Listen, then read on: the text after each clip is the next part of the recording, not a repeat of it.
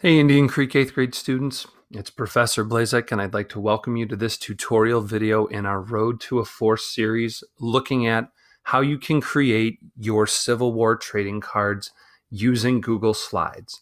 This is going to be the best choice when creating your trading cards as far as how easy it is to deal with text and pictures and all those sorts of things. So hopefully this video will help answer any questions you have in using Google Slides to create your trading cards. So you can see here we've opened up a new presentation, and the first thing we're going to do is go ahead and delete our title and subtitle boxes, and then we're going to come up here to insert, and we're going to click on shapes and get this rectangle here. This is going to be the outline of our card, and we will have it take up about half of the slide, and then we're going to use Control C and Control V to create a mirror image, and then this will be the front and back of our trading card. So let's make our background here. Let's fill it in a sort of dark blue like that. And so that will be our color for the background of our slides. And then we're going to add another rectangle to include our title. So we're going to make our rectangle maybe about, say, that big. And let's make the fill color on this one sort of a lighter blue, like maybe there. Okay, and then we will again copy and paste, put it right there. Okay, and the card that we're going to be creating is going to be on the Battle of Gettysburg. So the first thing that we'll do is in our title rectangle, we're going to double click and click on edit text, and we will type in Battle of Gettysburg, and we're also going to input the dates. So July 1st through 3rd, 1863. Okay, and let's go ahead and change the text from black to white, and then let's bold it.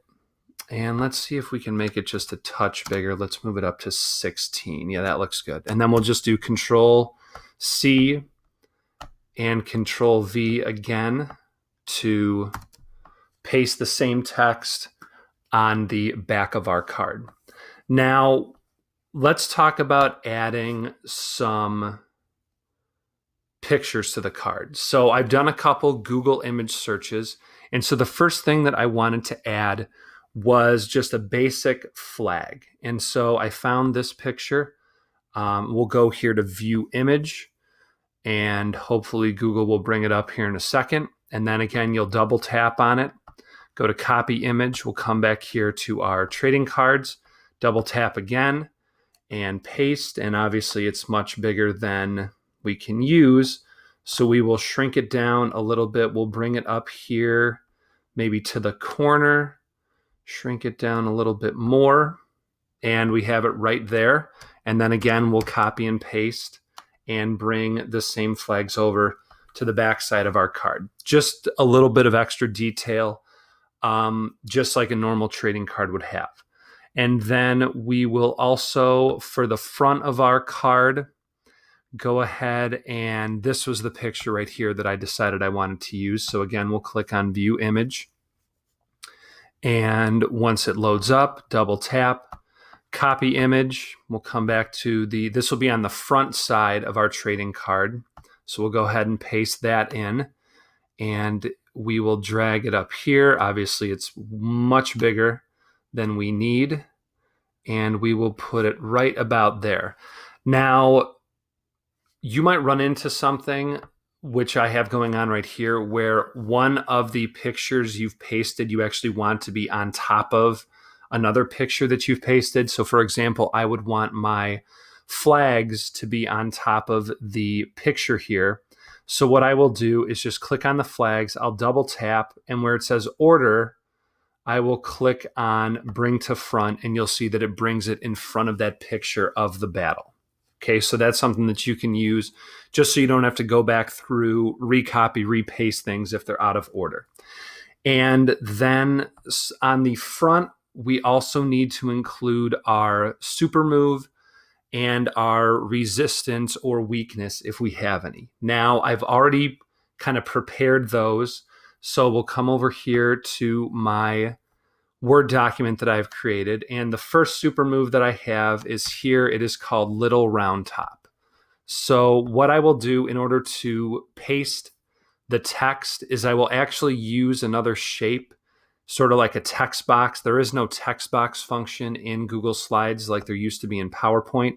But that's no big deal, because what we can do is just draw this text box here, which will be for Little Round Top, and then we'll click on it, double click on it to edit text, and we will paste the information that I have.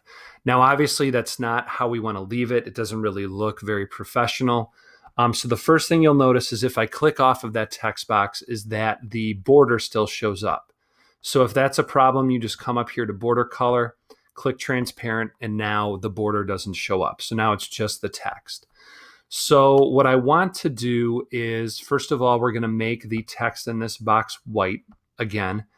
And I want to make the title or the name of the move both bold and a little bit bigger. So if we make it, say, 14, okay, and then I think that this looks about how I would like it. So then what I'm going to do is create a little bit more space, because I want to be able to put the damage value. So we'll just hit space a few times until attack goes into the next line.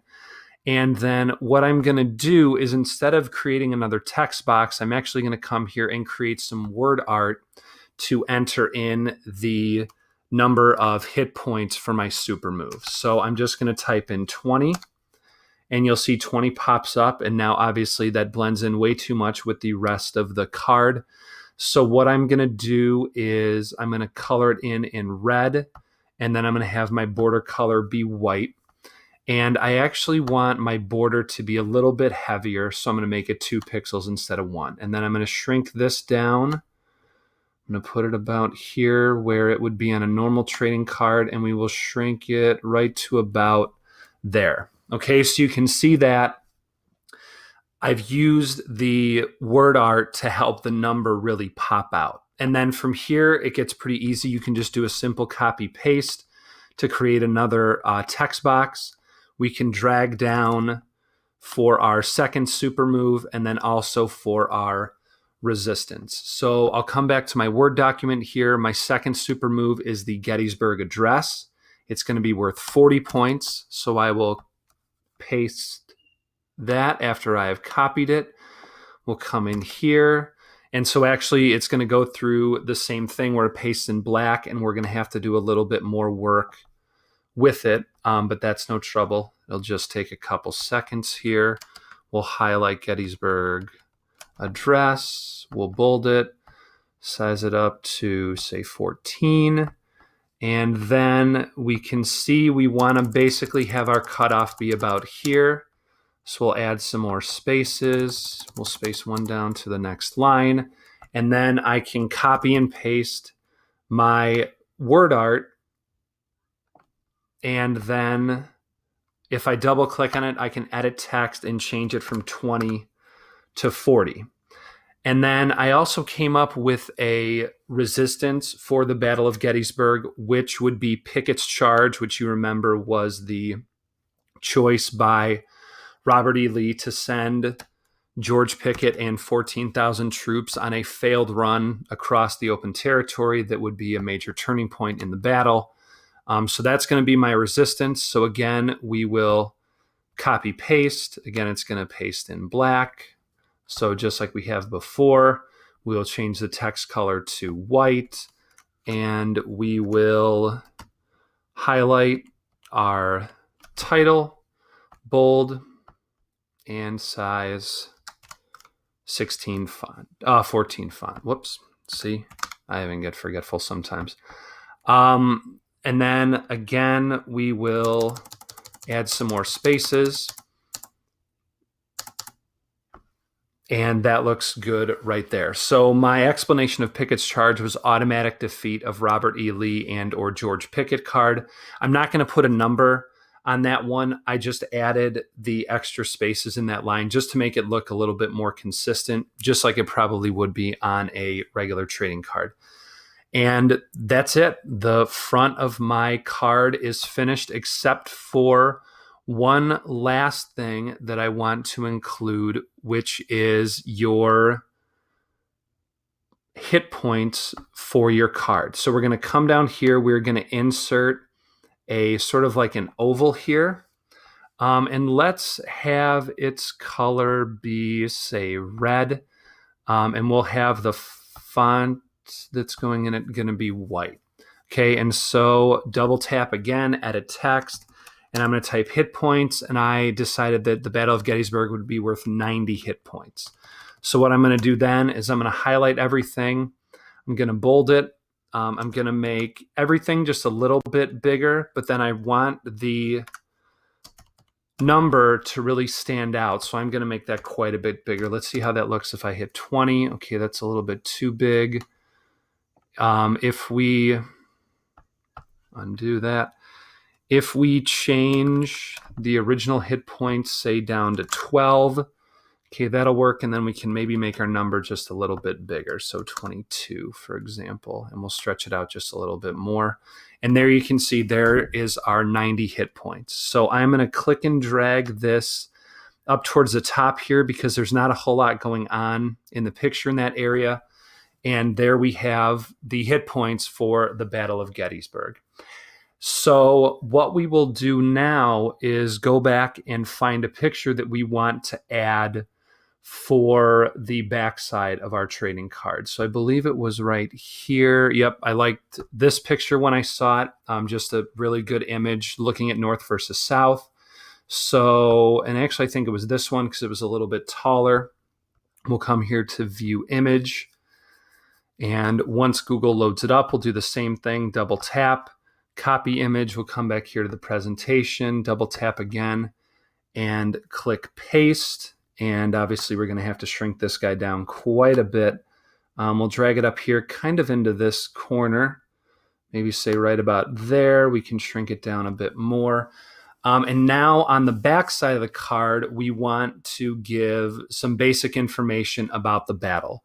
So I'm going to come back here to insert shape, and I'm going to do another rectangle shape where I'm going to give the leaders of the battle. And I'm also, again, just going to get rid of the border because we don't want it to be seen. We want it to be more just like a transparent text box. And in this box, I am going to include the site of the battle and the commanders on each side. And let's do it again where the text is going to be white. Okay, and then we can probably make it a little bit bigger here. Yep, and then what I'm actually going to do is I'm going to highlight the site and Union leader and Confederate leader and bold them. So I'm just holding down Shift and using the arrows to highlight. And then I'm going to bold that. And then actually, I don't really like the way that that looks. So what I'm going to do instead is get rid of the colons for each of them. And we're going to just put the site, the Union leader and the Confederate leader on their own separate lines, which this one is anyway. And then let's go ahead and underline these three labels. And then what we will do is center the whole text box. So we'll highlight everything. We'll come here to our alignment. We'll click on center. And I think that looks a lot better than it did before. And then the last thing that we will do is we will insert one last text box here. So our last rectangle, and this is going to be our description of the battle. Now it's a pretty long description. So first thing we'll do again is just get rid of that border color. And then let's see if the description that I've typed up is going to fit in there nice and cleanly. My guess is not even close. Okay, so we will come here. We will highlight everything again. We're going to change our text to white. And then let's just see what happens if we shrink it down to size 10. It's still just a little bit too big. What if I stretch just to the very edge of the card? Does that fit? It's like magic. Perfect. Okay, so now on the back of the card, we have another picture. We have the important people involved in the war, and we have our summary of our topic, again, the Battle of Gettysburg. So that would be all you would need to do to create a very thorough example of a trading card for this Civil War project. So I hope that you found this video very helpful. Again, once you get into doing these things, they'll get easier and easier. And until next time, this has been Professor Blazek signing off.